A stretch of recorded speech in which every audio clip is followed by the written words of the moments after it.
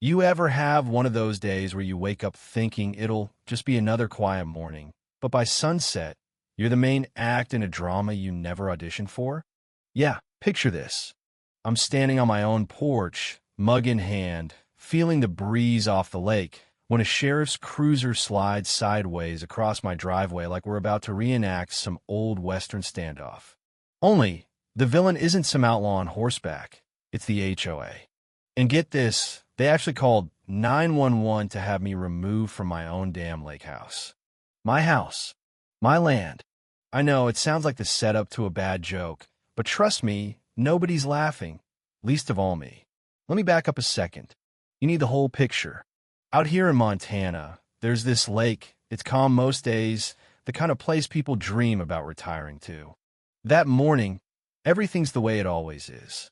The water's silver blue, pines whispering in the wind, and I'm already thinking about what I'll grill for dinner. Then the sound of tires over gravel slices through the quiet. The cruiser stops right at my exit, lights flashing, engine idling like it's itching for trouble. And who do I spot? Right behind the cruiser. Marcy Thornwell. If you've ever met a person who acts like they were born to run your life, you know the type. Pearly white SUV, HOA blue blazer, a smirk that says she's already written your ending. She doesn't even get out right away. Just sits there, drumming her nails on the window, waiting for her audience. And, oh, she got one. Neighbors starting to drift in, phones raised like they bought tickets for the show. Deputy Maddox steps out, all stiff and awkward. "Afternoon, Evan," he says, like we hadn't shared lemonade at the church picnic last summer. He says they got a report of a trespasser on HOA property. I stare at him. "You mean me?" That's Marcy's cue. She climbs out, clipboard in hand, looking me up and down like she's the sheriff, the judge, and the executioner. She tells Maddox, that's the man. He's occupying shoreline property that falls under Lakeshore HOA jurisdiction. He's been warned. Neighbors are watching. Phones up, already whispering. You know the type. The ones who file complaints if your Christmas lights are up a day too long. All of them eating this up, waiting for someone to get dragged off in cuffs. I tell Marcy, calm as I can, this is my home. She laughs, all syrupy. "Mr. Calder, we've discussed this. Your so-called lake home is on a controlled easement. You don't have the right to occupy it without HOA approval. And you refused our compliance review." She's saying this like she caught me running a bootlegging ring out back. My family built this place. My dad hammered these beams himself. My grandpa cleared the shoreline with a tractor he borrowed. I know every warped board in that dock better than I know most of the people in this county. But I keep it steady. I didn't refuse anything. I just said I needed to read the paperwork you shoved at me. That's when Maddox, who's looking like he'd rather be anywhere else, asks for my ID. Wants documents to prove the house is mine. I almost laugh, but it burns. The humiliation is hot. Neighbors watching, cameras rolling, my business out for everyone to see. I hand over my license, try not to let my voice shake. Marcy doesn't skip a beat. She tells Maddox, the HOA bylaws updated last quarter. Any unapproved occupant can be removed by law enforcement. He's trespassing. Maddox looks stuck. He's got rules. She's got her own set. I just have my damn house. I ask, "Deputy, why does the HOA think they own my lakefront?" And he hesitates. Looks at Marcy, looks at me. I can see it. He knows something's off. By next morning, the whole valley feels like it's holding its breath. Fog thick on the water, driveway still marked for where the cruiser blocked it. I haven't slept much. Coffee cold. Loons calling. Me replaying every word from the day before. How did the HOA convince law enforcement my place wasn't mine? And then, like clockwork, Marcy glides up again. Same spot, same confidence. She handed me a binder, so heavy it nearly tips me off balance. "Since you weren't cooperative, here's the updated regulations." She announces it like it's a court order. Everything you need to know about your violations. I flip it open. First page, big photo of the lake.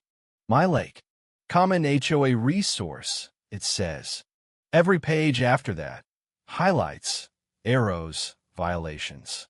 Illegal dock length, improper fencing, unapproved furniture. My rocking chair, for God's sake.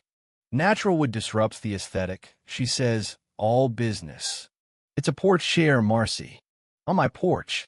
She tells me my property was grandfathered incorrectly, and now the bylaws have been updated to fix the oversight. Basically, in her mind, I'm a squatter on my own land. I am numb. Suspicious but numb. This house predates the HOA by decades. My dad was here before their rules even existed. But she's not backing down. Now that ownership's transferred to you, we're correcting decades of noncompliance. She says it like my father's death was just another box to check off her to-do list. I ask, what do you want, Marcy? She says they want the shoreline managed properly, removing unapproved structures, reassigning for community use. I see it right then. This isn't about compliance. It's about control, possession, and they want me out. The next day, the harassment ramps up. Survey crews show up. No hello, no explanation, just driving metal stakes and snapping photos.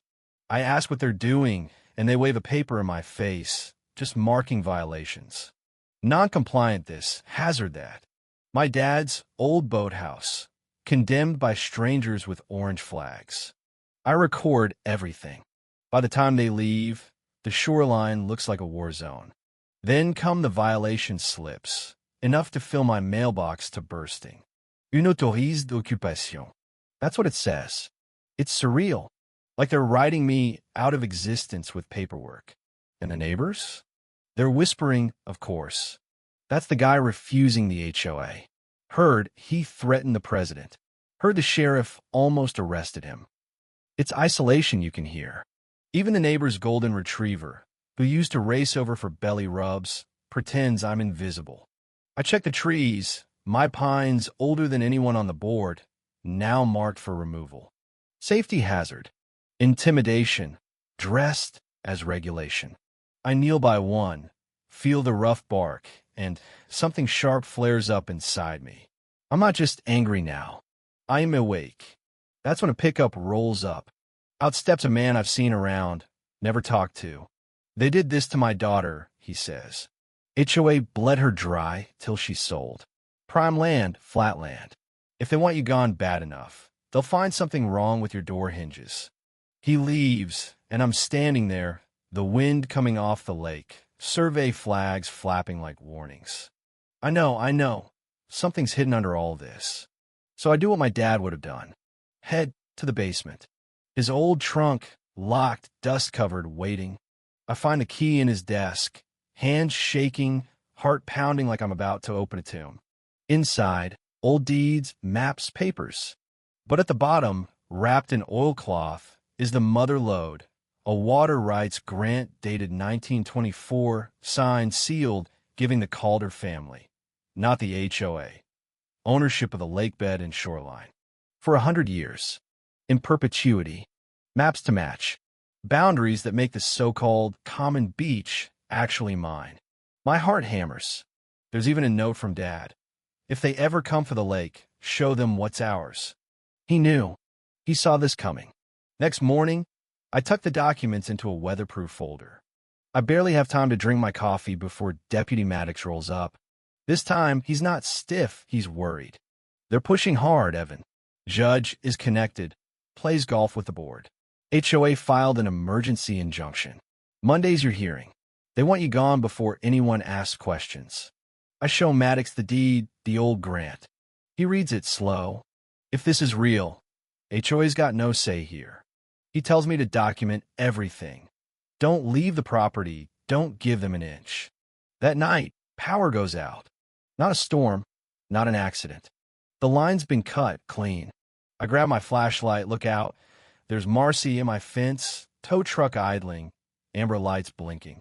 She's come for my boat, middle of the night, towing it as a violation. I film everything. The tow driver refuses when he finds out it's private property. Marcy's bluff falls apart.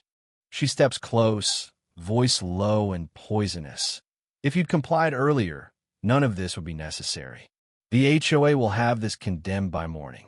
This land is too valuable to waste. I record her. She tries to scare me. Doesn't work. She storms off into the dark. Her confidence cracked for the first time. I call the lawyer Maddox recommended. A woman named Riley Hanover, calm, razor sharp. She comes to the house, reviews everything. Her verdict? Evan, the HOA has no jurisdiction here. None. They've been building docks, a beach, a boat launch, all on your family's land. She shows me public records. HOA's been trying for years to push a luxury marina plan through, but couldn't get zoning without lake rights. This is why Marcy wants me gone. Riley helps me document every incident, survey crews, midnight towing, violation slips, everything. She tells me to hold tight till the hearing. Don't confront them directly. Let them escalate. We want it all on camera. Monday comes. Courthouse packed. Marcy front and center, all smiles. HOA's lawyer parades their photos. My dock, my truck, flag trees. Everything but the truth. Then Riley stands. Calm, steady, hands over the original water rights grant. She lays it all out. My family's ownership, the false violations, the harassment. The courtroom goes dead silent. Judge reads the deed, checks the records. These documents are legitimate. The Calder family owns the lake bed, shoreline, and boundaries. HOA's actions raise serious legal concerns. Marcy's mask slips. She snaps, blurts out, he was never supposed to get those documents. We knew his father kept files. We just had to move before he found it. She refuses to answer under oath. The judge denies the injunction, voids the violations, and refers the HOA for investigation. Fraud, extortion, misuse of authority. Just like that, Marcy's empire crumbles. Outside, the reporters swarm. I tell them, this lake was meant to be shared, not controlled by fear. Deputy Maddox apologizes. Riley just smiles, told you they didn't know what was coming. In the months that follow, the HOA dissolves. Neighbors apologize, some in tears, saying they've been bullied too. I set up the Lake Stewardship Trust, preserving the shoreline forever, open to everyone, never to be developed or exploited. The house becomes the stewardship office. Riley helps. Maddox lends a hand. The community starts to heal. The lake breathes again. And me? Some mornings I just stand on the dock, coffee in hand, watching the mist roll over the water. For the first time in a long time, it feels like home. Dad was right. If they come for the lake, show them what's yours. The HOA thought they could push me out with power plays and paperwork, but you know what? Truth doesn't need a badge. It just needs patience and the right document at the right time. So, let me ask you, where's the line between authority and abuse? Ever stood your ground against folks who thought rules made them kings? Drop a justice in the comments if you've ever had a fight for what's rightfully yours, or tell me your own story. I'm here, by the water, ready for the next fight if it comes. And hey, if you want to hear more about standing up, stick around. There's always another storm rolling in.